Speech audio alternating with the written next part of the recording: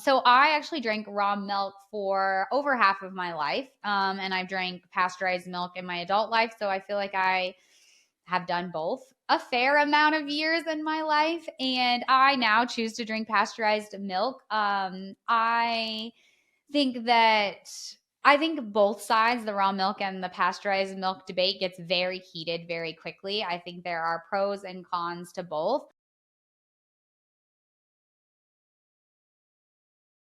Welcome back to another episode of the Peak Performance Life podcast. Today, I am very excited to have Tara Vander Dussen, a fifth-generation dairy farmer, on the line with us. She's also a powerhouse environmental scientist from the heart of New Mexico.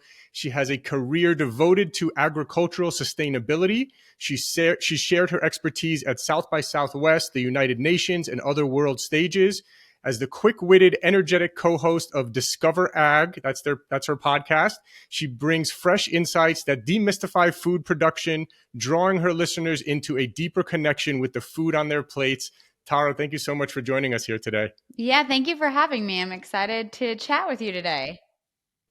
Yeah, absolutely. Let's start with a quick background of kind of like how you grew up and some of the things you learned and how that leads into what you're doing today. Yeah, it's definitely not a straightforward path to go from, dairy farmer to environmental consultant to now podcaster. But I grew up on my family dairy farm in New Mexico. And then I went off to college, got my degree in environmental science, and worked for more than 10 years in the environmental consulting space for agricultural farms, dairy farms, that kind of thing. And while I was doing that, this little app called Instagram, really blew up, and people were starting to kind of just share about their lives on social media. And so I kind of dived into that world of just basically, opening up an app and sharing our farm with, strangers on the internet. And I have been doing that for more than 10 years now. And with that, I actually met my co host, Natalie, who is not with us today. And together, we ended up launching the Discover Ag podcast. I think one of the things we saw in the online space is people were very curious where their food came from. They wanted to be connected back to farmers, the land, the farms, like where food was being produced. But at the same time, they just weren't really sure where to turn to. And fast forward to today, I think we're seeing a lot of online conversations around food and agriculture. And a lot of times they're dominated by voices outside of agriculture. They're not dominated by farmers. And so for us, Discover Ag is where we like to show up and share every single week, kind of our take as farmers on what's trending in the news around food and agriculture. Amazing. Amazing. Yeah. So people do want to hear about that. We do want to learn about kind of what are some of the things that, kind of farmers are doing right, or what should we be looking for? What are some of the shortcuts and the kind of maybe the dark side of the industry that, things like that. So yeah, where should we start here? Oh man, where to start? It is crazy right now. I feel like in the 10 years I've been sharing, there has never been a moment in time, I don't think, where food and agriculture has been talked about as much as it is today on social media. And I think what I find really disheartening is the fear mongering around food in our grocery stores. I think that's probably, maybe that's where we kind of start, is I feel like I cannot open up my app anymore without seeing, these food influencers, quote unquote, that are kind of like sharing about different foods in the grocery store. And I know they are like good intentioned, but a lot of times they give a lot of misinformation or disinformation about where food comes from. And so we can, dive into that a little bit more. But I think that is something that is just constantly showing up for me again and again. Yeah, I would love to dive into that a little bit more. Like, what are some of the things that these people are saying that are maybe misconceptions, you think? Yeah, we'll go to milk because I'm a dairy farmer, so that one's an easy Mhm. one for me to pick on. But I recently saw a food influencer sharing a reel about RBST, and you've probably seen it on the milk labels, like this is from cows not treated with RBST. And it was an entire fear mongering video about quote unquote factory farms using RBST and all these things. Fun little fact that like a lot of people do not know is RBST is not in any milk on the shelf in anywhere in the United States.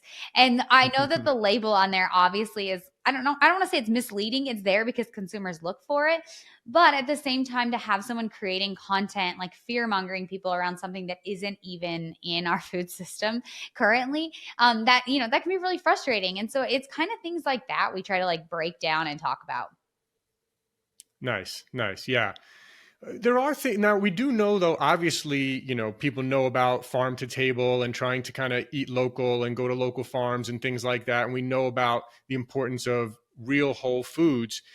But obviously there is something wrong with our food supply, our food system. And again, I don't know if it's, I've heard that the incentives are all messed up. And that's why, I think Dr. Mark Hyman wrote in his book, Food Fix, something like, I don't know what the exact number is, but was it like 50-60% of all calories in this country consumed are from wheat, soy, or corn? And that's because farmers are subsidized. And again, I'm just retorting a lot of stuff I don't hear. I hear you're the expert here, but what do you kind of think about that and about what's actually wrong with the food system as well? And maybe we can get into maybe some of the things that we could do in the future to make it more positive. Yeah, I think when you look at our food system, I like think about it as a pie, like divided into three kind of. You have like quote unquote big food, which we all can picture those big food brands, right? You also have what people kind of refer to as big ag, or maybe some of the chemical companies or different things that people again have in their mind. And then I think the third piece of the pie that I don't want to say gets forgotten about, but it's like the farmers and the ranchers. And sometimes I think we get like lumped in with all of like just the greater food system, and obviously we're a part of it, but I always like think about it as like a potato. When a potato leaves a farm, it's just a potato. What big food does it to turn it into, the potato chip in the grocery store that the consumer sees is like an entirely different process. And to your point of like whole nutrient dense foods, I think that this is part of like connecting those consumers back to farmers of just those nutrient dense, wholesome foods, like in the form they're leaving the farm in, right? Like that is something I always just kind of like try to picture in my mind to like break down the different parts of our food system. Because it's easy to get like all lumped together. It's similar even with like animal proteins. Animal proteins will all get lumped together, even though like dairy is very different than beef. Beef is very different than poultry. Poultry, all of them are very unique and have their own things that they're great at, and also, their own challenges. And so I feel like kind of breaking out those conversations can be helpful, because there's a huge difference between, again, the farmer at the farm level and say like, the larger food companies out there. Yeah. Yeah, that makes a lot of sense. Maybe this, maybe you're aware a little bit, like how prevalent or maybe what are some of your opinions on, genetically modified organisms and, some of the stuff that you hear, some of the farming practices and things like that. What's your kind of overall feeling about all of that? Yeah. So on our podcast, we actually this summer did a 3-part series where we brought on someone that was very pro GMO and glyphosate. We brought on someone who was very anti GMO and glyphosate. And then we gave our opinions after, doing these interviews, doing the research behind getting ready for those interviews. And it was really fascinating. I think that leaving those, I've always felt pretty strongly about GMOs. I know they're a hot topic. I know like they can be very controversial. But as far as the science that goes into it, I feel very like grounded in that science, that it is a great tool for farmers to be able to move forward. At the same time, our number one thing we say in our podcast is we believe in food choice, but make that choice based on like factual information, like have knowledge as power. And so that was honestly why we chose to like balance the conversation of bringing on someone who was anti, GMO, anti glyphosate, is because we just honestly, at the end of the day, feel like the more you know, and then you can go out and make the choices that feel right for you. So even though I am comfortable with GMOs, that doesn't mean I get to decide that for someone else either. Sure. Yeah. Yeah. Definitely agree with everyone having their own choice.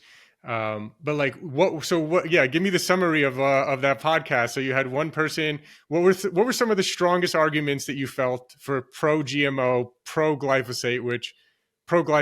I mean, I guess I shouldn't say I can't believe there's pro glyphosate, because obviously glyphosate's used for a reason, right? You can lose a lot of your crop potentially, maybe. And again, I'm not the expert here. Please fill me in.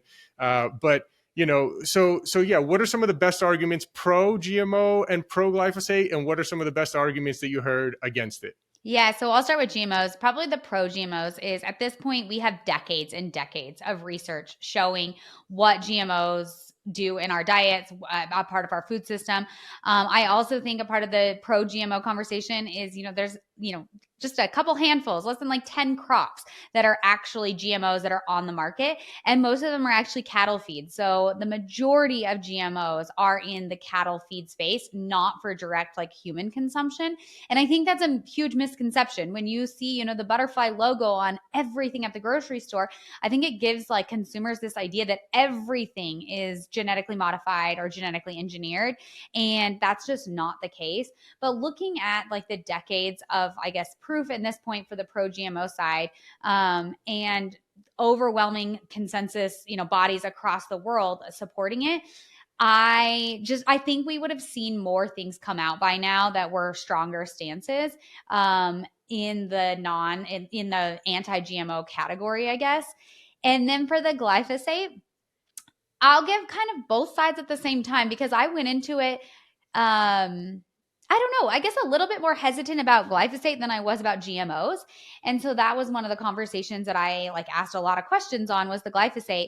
And I do think glyphosate at this point is one of the strongest tools that farmer has in their toolbox. I think sometimes when we look at a tool like glyphosate, it's easy to be like, well, we're not sure about this, or we don't like this, and forget about the positive impacts that it does have.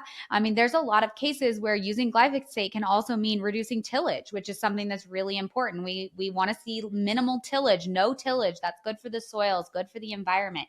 Um, uh, Glyphosate, compared to previously used, different quote unquote chemicals, is one of our safest that we've seen, least harmful to farmers. So that is something that's important. Is there another tool out there that's better? Very possible. And I would love to explore that. I hope the chemical companies are exploring it. I know that they are, because glyphosate's so hot of a topic right now. But I just think that, there's a lot of benefits we get from glyphosate. Are there concerns what it means in their health? Obviously, the anti-glyphosate person came on and shared some of those about what it means for like our microbiome specifically. And I think there's still a lot of research there to be done. And I'm curious to see where that goes. I think asking the questions is an important first step, because then it brings up the, what can we research? What do we need to research next? But at the same time, I don't think you can just throw out a product like glyphosate that has such a positive impact in a lot of cases for agriculture. You got to weigh those pros and cons a little bit. Yeah. Let's go into that a little bit more. Explain to the kind of the average layperson who's grew up in a city like myself, and never really went to a farm his whole life until recently. What when you talk about tillage, maybe explain that a little bit more, and then also explain about why farmers need to use glyphosate or other pesticides in their farming. Yeah, so tillage is basically where you would like turn up the soil, I guess is the easiest way for me to describe it. So you're like, Hmm. it's more soil disruption.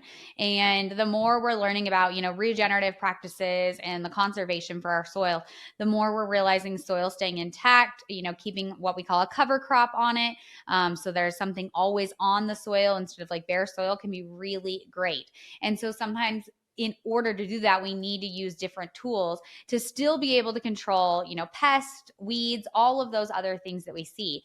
I think that a part of the glyphosate conversation is there is this misconception that, and this is no bash to organic, but organic doesn't mean pesticide free. It just means natural pesticides, natural herbicides, natural quote unquote chemicals, versus the synthetic type. And I feel like this is such an interesting conversation, because the bodies that regulate these different chemical uses, whether it's organic or conventional, you think of FDA, you think of USDA, you think of EPA. And if you trust them to make those decisions for organic to be safe, there there's also safe regulations and requirements for products like glyphosate as well. And again, like if that's a choice you make, that you would rather go with the natural versus like the synthetic, that is absolutely your choice. But I think that it's not always as like straightforward, or this means yes and this means no, as sometimes people think it is. Yeah. Yeah, there was. I've definitely been hearing a lot about regenerative farming, and I watched that a documentary. I think it's called like "Kiss the Soil" or something Yep, like kiss the that, which was ground. yeah, "Kiss the Ground." Yeah, yeah, yeah. So that was really kind of eye opening to see kind of like the different ways of doing farming and treating the soil and the dirt and how important that is. And so I could see why you'd want to reduce tillage and do more regenerative farming. But a lot of these regenerative, they're also doing regenerative, and it sounds like you're kind of a fan of the regenerative as well. So they're doing a lot of regenerative organic as well. It seems like they're trying to like the ones who are really conscious of it. It seems are really more on the health conscious side. Are you seeing that as well? Yeah, definitely. I think what I'm seeing too is I feel like regenerative agriculture, I always think about it as a spectrum. Because organic is very much like a check a box, yes or no. Like you meet these practices set forth by USDA and you are organic, right? Like there is USDA organic certified. Regenerative doesn't necessarily have that same certification. So I view it as the spectrum that every farmer is working towards, improving their soil, improving their land, their natural resources. And so where are you falling? And so even as a conventional farmer, at one end of the spectrum doesn't mean you're not implementing different methods, practices that are in the regenerative space. My co-host Natalie, I always love to pick on her on this because her beef goes into the conventional beef supply system. So it ends up in your grocery store, right? Like just the basic beef you would have in your grocery store. And yet they do so many different regenerative agricultural practices throughout their ranch, different habitats for wildlife. Like it's a number of different practices, grass, natural grasses, all these things that are a part of their ranch's practices. And yet they're like in the conventional umbrella. And that's where I really think that is on that spectrum of where you fall and what you're currently implementing. Yeah, yeah.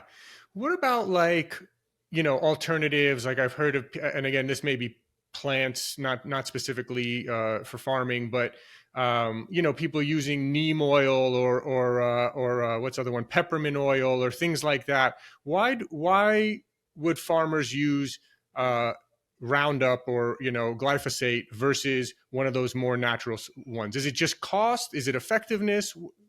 What do you think? I don't know about those ones you've said, so I can't like speak to them specifically, but I Hmm. would definitely think there's a conversation in there about efficiency. Yes, cost is a factor. I don't think that's the only factor though. The way it's applied, I mean, it depends on when you're able to apply different things to crops at different times. So I think there's so many factors that go into play of why farmers pick which tool. And I mean, there is a reason glyphosate got picked a lot and is still getting picked. It is extremely effective at very, very minimal usage. That is amazing too. Like if you look at pesticide use, fertilizer use, any of those kind of categories, in a lot of cases, we have completely plateaued our use, if not even decreasing our use of those inputs while increasing yield. That's Some of that is the science behind being able to use some of these products and improvements in these products. And so again, I think that's something to consider. I think if you took a snapshot right now of the conversations of glyphosate online or whatever chemical, you can replace glyphosate with whatever chemical you want to say. There is this idea that like the use of it is out of control and it's skyrocketing. When in reality, the overall use of these fertilizers and pesticides, as I said, is plateauing or decreasing. Hmm. Interesting. Really good to know. What about the whole grass fed, and then there's grass fed, grass finished? I know I basically had health issues. Gosh, what is it now? Like 12 years ago, and I followed the paleo diet, and so I started eating only grass fed meat and all sorts of stuff like that. What's Give us some behind the scenes information about grass fed, grass finished? Anything we should kind of know about those distinctions? Yeah, definitely. So the biggest thing about grass-fed, grass-finished is obviously the cattle's diet. That's it, right? Like that is a lot of times I think people see labels on different things and think they like put their own thoughts and opinions into what that means exactly. But grass-fed versus grain-finished is what the cattle are eating. And a fun fact actually about the cattle here in the United States is the majority of our cattle are actually out on pasture, out on grass the majority of their lives, even if they are grain-finished. So a grain finish and a grass finish cow oftentimes start out the same way. Here in the United States, over 95% of all farms in the United States are family owned and operated. So on the beef side of things, that's going to be a lot of times like family ranches, what's called cow calf operations, where it is kind of what it implies, a cow with a calf out on pasture. Then towards like the second third of the cow's life or the cattle's life, that is where it's going to differentiate. So if you have a cow or cattle, a bull, steer, whatever it is that's going to go into the beef market, for grain fed, that's where it would end up going to a feedlot. So the last, I would say, couple months of its life, last 1/3 of its life is where it's going to go to the feedlot and grain is going to be introduced. Otherwise, if it is grass fed, grass finished, it will be on grass the entire time. And that doesn't mean out on pasture, it will just be fed grass the entire time.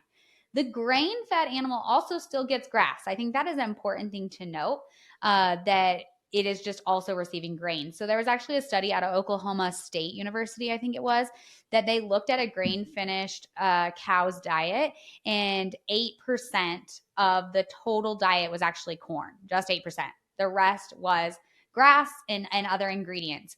So there is differences, and the differences get down into the very like micro levels, and then the fat content of the final piece of meat. But I don't know that there's as much difference in the beginning phases for that cattle as maybe people think. Very interesting. Very interesting. Yeah. I know you. Yeah, go ahead. No, go ahead.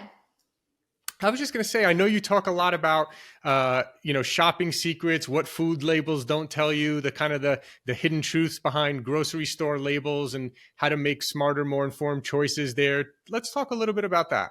Yeah. So this just happened to me recently. So I actually interviewed a Alaska fisherwoman actually, and this was an area I knew nothing about. I know nothing about fishing for Alaskan salmon. So I very much got to play the consumer and ask the dumb questions in this, and it was fascinating to me. Because whether you decide to do wild caught or farm raised, again, there's lots of pros and cons that go into that conversation.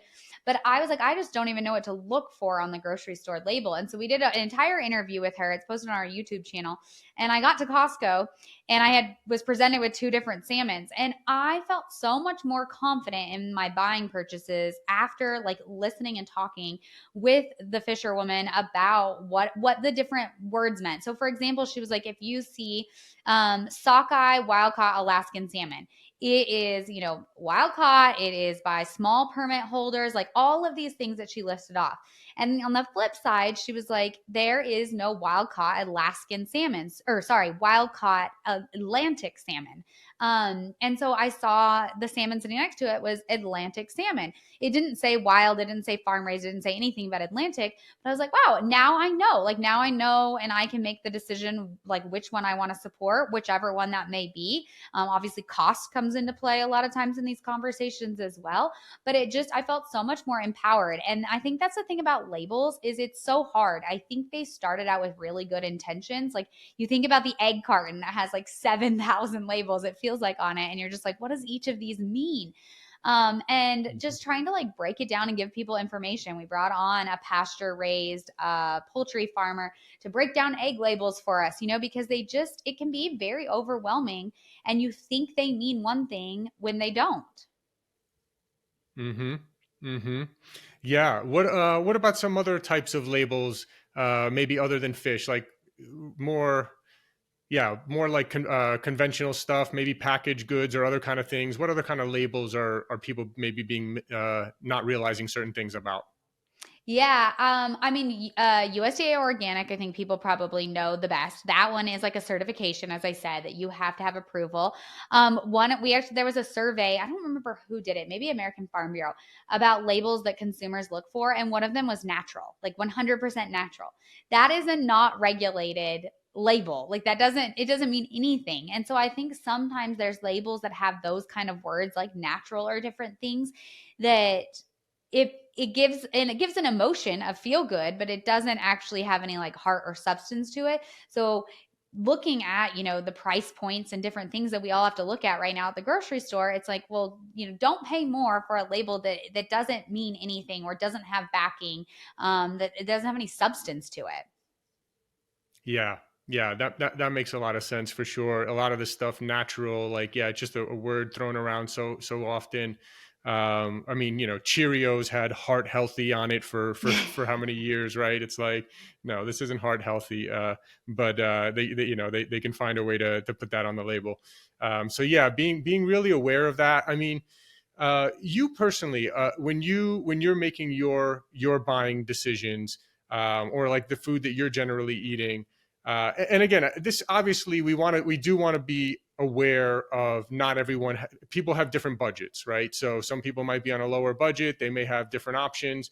But I guess if budget was not an issue, what are some of the kind of things that you would be looking for, that you would be, yeah, like looking to put in your body?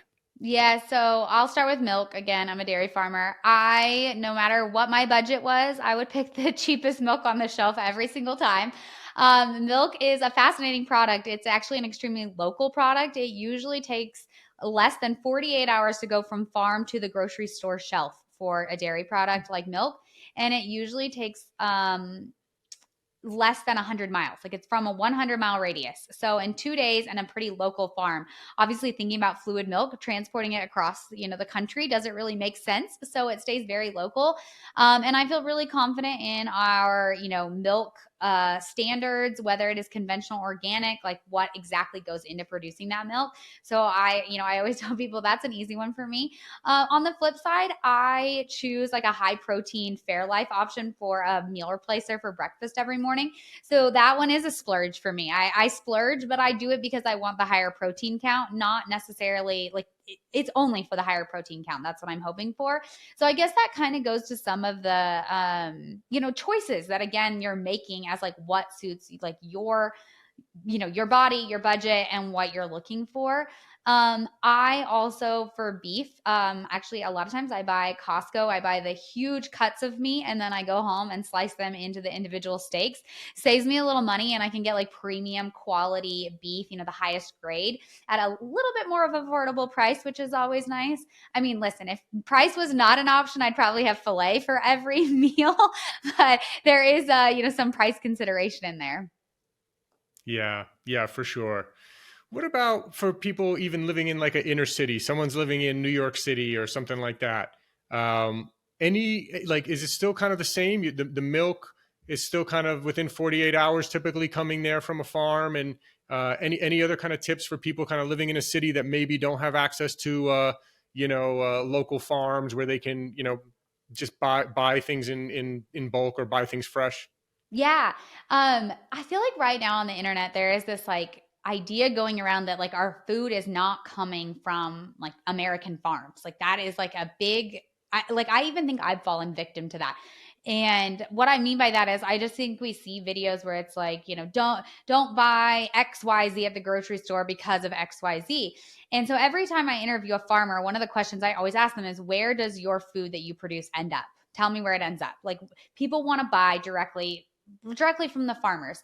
And so, for example, the fisher from Alaska, I was like, where does your salmon end up? And she was like, a lot of times it ends up in Costco. And I was like, I love to hear that because I do think Mhm. like there are the times where we're just going to big grocery stores, we're going to the Targets of the world, we're going to the Walmarts of the world, and like they still are ending up with food from farms, ranches, and fisheries across the United States. The same with a potato farmer I interviewed. I was like, man, I'd love to be able to like buy your potatoes. Where do they end up? And he was actually telling me that a lot of his from New Mexico end up on the East Coast because of the time of year it takes for them. Like they hit a market just right. And I was like, that's really cool to think. I wish we knew more about that connection points that like, again, that potato you're buying maybe in New York City comes from a farm in New Mexico, right? Like it's just we right now as Americans, we do love having all of the fruits and vegetables all year round, right? And so they're going to come from different places in our country, but that doesn't change the fact they're coming from like family farms across the United States. Mm. Yeah, I wanted to also ask you about what you think about, because look, we do, in the end of the day, we do have a health epidemic in our country. Now, that clearly comes from choices that people are making, right? Like you said, there's a big difference between eating an actual potato that just came from the ground and eating the finished product of what some big company turns that into. But are there, I know, like, what about incentives in the farming industry? Like, if you were put in charge, of the whole industry, and they said, hey, we want to make America healthier, and what can we, how can we change these incentives to farmers to make it more incentivized to make kind of healthier foods or things like that? What do you think about that?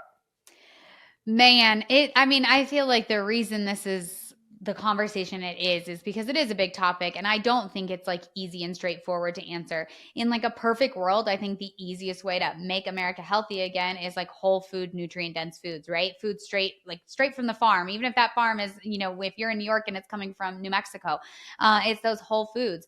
But it's not that simple, right? Like as a mom, I know for a fact that there are nights it is easier to have something that is slightly pre-prepared that I finish off in my home than to make an entire meal from scratch. And so I think there does need to be more access to whole foods, fruits and vegetables. There is definitely like reform that could take place there.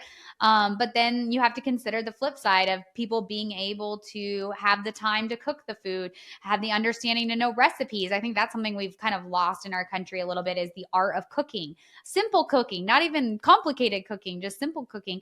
And then, the supplies in your kitchen and things to be able to cook it, store it, have it, be in your fridge or all those things. And so, I mean, I want to say I wish I could wave a magic wand and be like, oh, we all just eat whole foods and nutrient dense foods.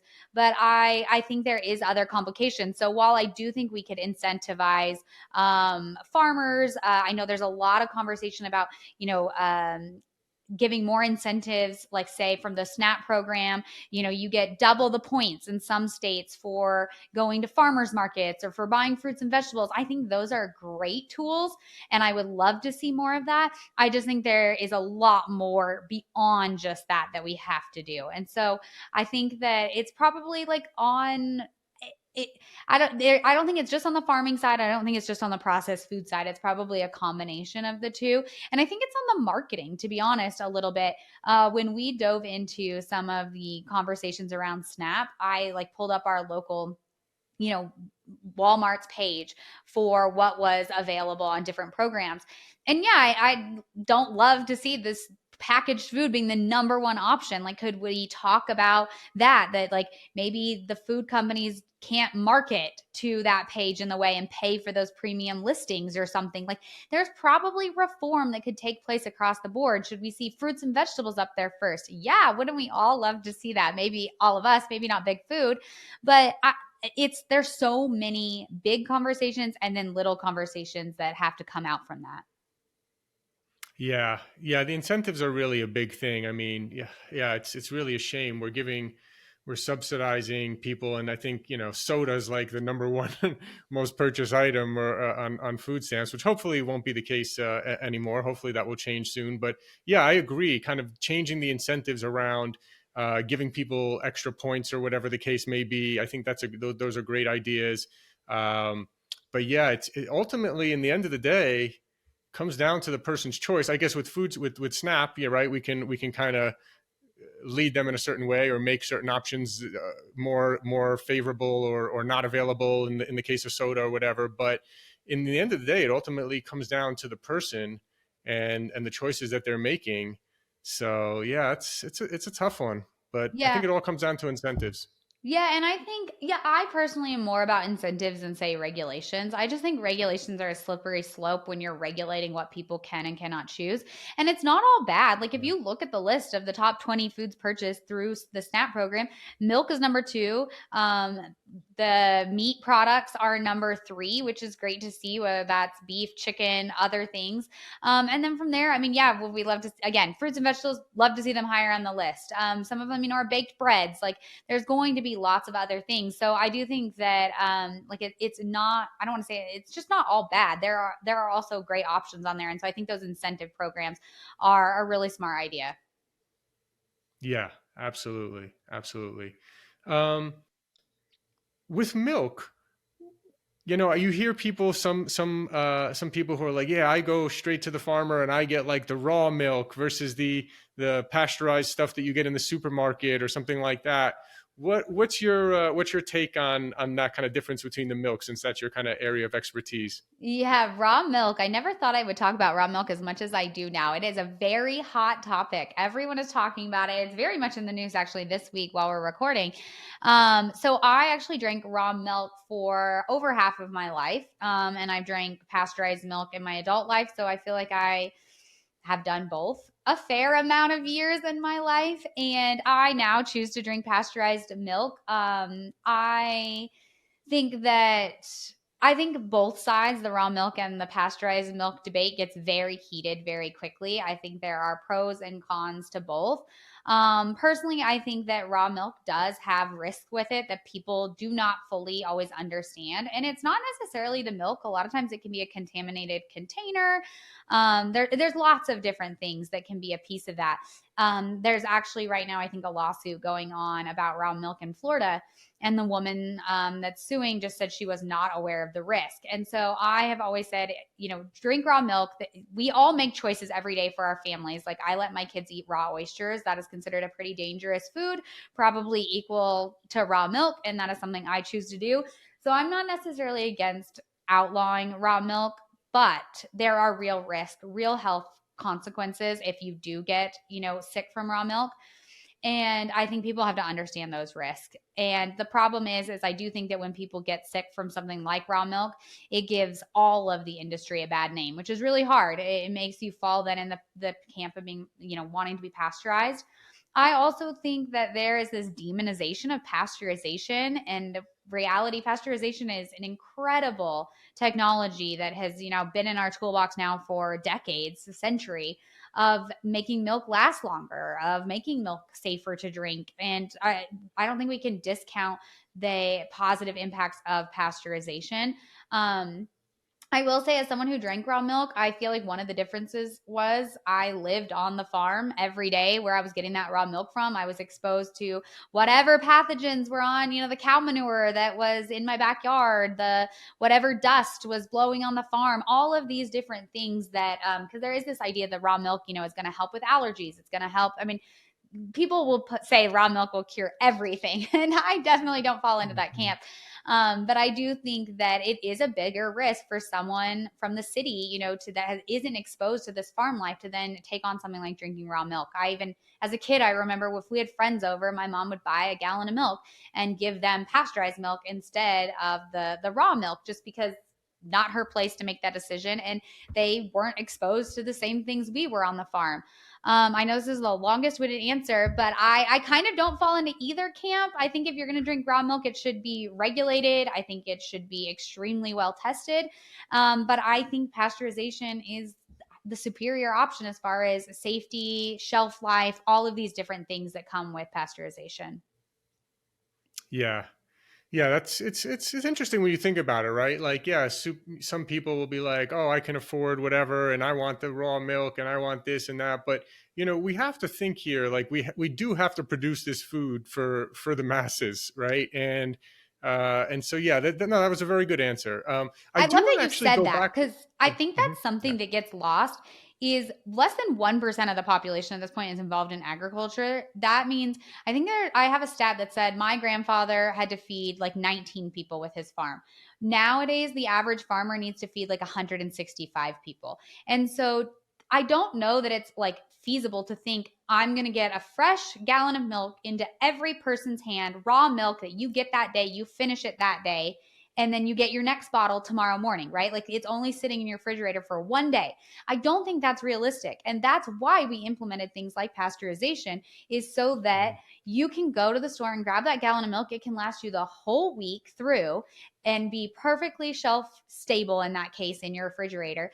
And it is an important thing. Like we are getting milk Yeah. into deep, New York City that may be far from a farm, or wherever the city is, Chicago, LA.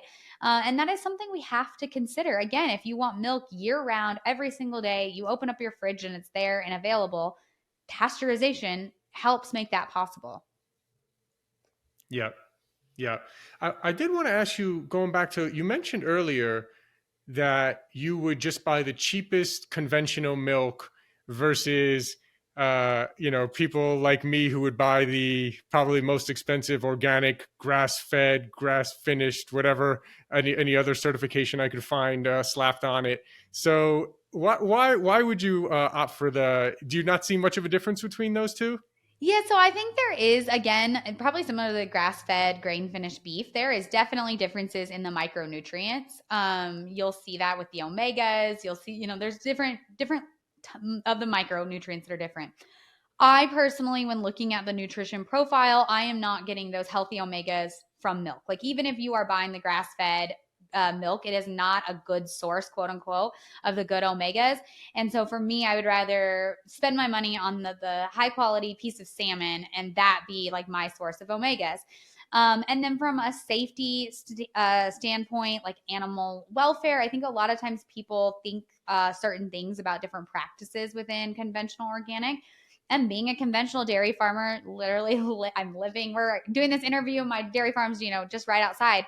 I just feel very confident in the practices of animal welfare. I think that animal welfare has never been better in our industry. Our cows' diets, a nutritionist plans all of their diets, whether it's conventional or organic. It is a blend of a whole bunch of ingredients, including grass. We do corn, what's called corn silage, where we chop the entire plant, leaves, stems, all of the greens, and feed it to the cows. Balance of minerals and vitamins. Like there's just so many things that go into caring for our cows that I just feel really confident in it. And then the milk testing. So every tanker of milk, whether it is conventional or organic, is tested to the parts per trillion for quality standards, the milk components, like how much fat, how much protein is in it, and then just a number of different things. And so just knowing all of that, all the checks and balances in place, I feel really confident in no matter what milk I'm choosing on the shelf. Mm, yeah. Okay. Yeah. That was a good point. Yeah. Like with meat, because we did have a guy on the podcast actually last year who did talk about, there were real nutritional differences between, grass fed, grass finished meat and, or grain fed or whatever the case may be. So you're saying you'd opt for there where you'd get more of the real results of having the grass fed versus the milk where it doesn't seem to be much of a difference. Yeah, and for me, I'm probably still gonna pick that grain finished beef because again, like I think that going back to the point of like processed over whole foods, I feel like the cheapest beef on the shelf is still one of my premium options of getting a nutrient dense meal. And is still just a superior product to almost anything else on the shelf. And so I just, again, I think it's one of these things. I think the closer you are to your food system, the less you fear it. To be honest, with Discover Ag, I have learned about agriculture in all sorts of different sectors I never would have been exposed to just as a dairy farmer. I was very much in my dairy farmer bubble. And the more I learn, the better I feel about things. And I think that in a lot of cases, people think, oh, if you peel back the layers, you're gonna find something you really don't like. And that has not been my experience. And so I just feel like I'm not super focused on that grass fed versus grain fed. I think I'd be more focused on, supporting US farmers and ranchers and that be more of my focus. Yeah, yeah, interesting. I mean, what about like some of the stuff that we hear? I know you're a farmer and you're shedding light on like a lot of these practices that people are overhyping or giving misconceptions about. But like, I did hear about, the reason why they would shoot up cattle with antibiotics is because they would gain more weight without having to feed them more calories. And is that still a common practice? And, like, what are the things like maybe we should be looking out for though, like that maybe someone is cutting corners or things like that. Anything that comes to mind there? Yeah, so a few things. Whether, again, I think I said that there's a nutritionist for the majority of dairy farms and cattle ranches in the country. So we also have a vet on at our dairy that comes out once a week. So I say those things not to say like, oh, that's a green check mark, that's it. But there are a lot of people that are coming on site for, animal agriculture operations, whether it's a dairy farm, whether it's a cattle ranch, whether it's a feedlot, poultry. there is a lot of eyeballs that are coming in regulating us. USDA regulates us, FDA regulates us, EPA regulates us. And so there is those checks and balances. On the beef side of things, we actually interviewed a beef like processing plant inspector that was their job.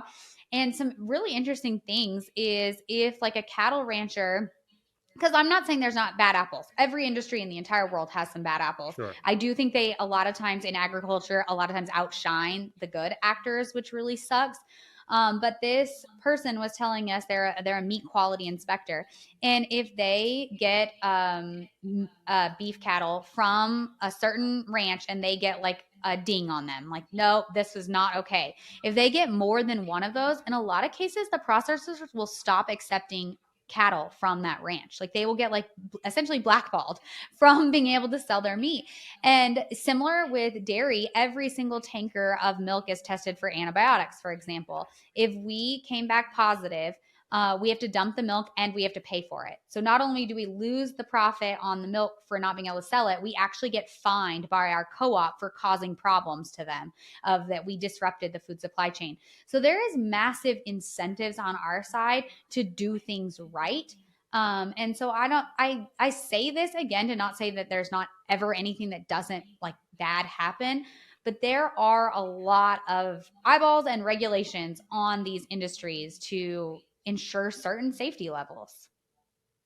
This has been great. This has been great, Tara. I mean, if nothing else, you've eased some of our anxiety about just eating normal whole foods that many people have. So I think we can definitely appreciate that. I know many of our listeners, myself included for sure, are super like, oh, we got to get the most healthiest food. We want to like but to know that you guys are regulated pretty strongly, and that obviously every industry has some bad apples, but for the most part, you guys are doing a good job, and you're regulated, and we can feel good knowing that that as long as we're eating, like you said, real whole foods, we're doing good. So I mean, this has been great. Please tell people how they can find your podcast, find you on social media, anywhere else where they can learn more from you. Yeah, so if you're listening to this, you're obviously probably a podcast person, so we'd love to have you over on Discover Ag. Every Thursday, we cover the top trending news articles in the ag and food space, and we do it, there's usually a little bit of pop culture in there, and then we do it through the lens of a farmer and a rancher. And then you can find us on all the social channels at Discover Ag Podcast and follow along there, as well as our personal channels, which is all linked in our Instagram. And so, yeah, thanks for having me on. I honestly, again, like I said at the beginning, like food choice is as utmost importance. And I know like there are people that, of course, you want to buy grass-fed, you want to buy grass-fed, all of these things, these premium products. But for the people that are like making choices or are looking at things, I do hope I eased like some fear, because I think the thing I don't want people to fear their food and instead be making informed decisions that work for them. Make a decision based on knowledge and not fear, I think is one of the goals of Discover Ag. I think that's a perfect way to end it. Thank you so much, and I hope we can do this again sometime. Yeah, thank you. Thank you. Thanks for listening. If you enjoyed the episode, can you please leave us a rating or review and subscribe? I've realized that while we have actually increased our downloads a lot, we're actually getting a lot of downloads, which I'm really happy about. We actually have very few ratings. And I realized that I've never asked people really to rate much. So I'm asking you now if you could please rate and review and subscribe. And if you enjoyed the episode, please forward it along to anyone that you think will get value out of this. Also, if you haven't checked out our line of products at buypeakperformance.com, you get 20% off your first order. That's www.buypeakperformance.com. We have some incredible products, including our organic high-altitude coffee. If you don't know this, coffee is one of the most heavily sprayed with pesticides out of any crop. So it's really important that you drink organic coffee. We've gone above and beyond to source what we believe is the highest quality and healthiest organic coffee in the world. We're also famous for our organic green superfood powder. You can get 20% off of that as well at buypeakperformance.com. We also have an organic, vegan, and paleo plant protein. See, most of the vegan proteins out there are using brown rice protein, which is really not a good source of protein, and it's also a grain. And if you're paleo, you know that grains tend to cause inflammation in some cases for some people. And so we wanted to make one that was paleo friendly and vegan and organic. We made an amazing amino acid profile, so it's really one of the best plant proteins for muscle building. So you can check out Peak Performance Organic Plant Protein. You can find that on our website. Of course, all our products are on Amazon as well. So thanks again. And again, please, if you enjoyed the episode, please forward it along to someone who you feel can get value out of it. And please leave us a rating, review, and subscribe. Thank you.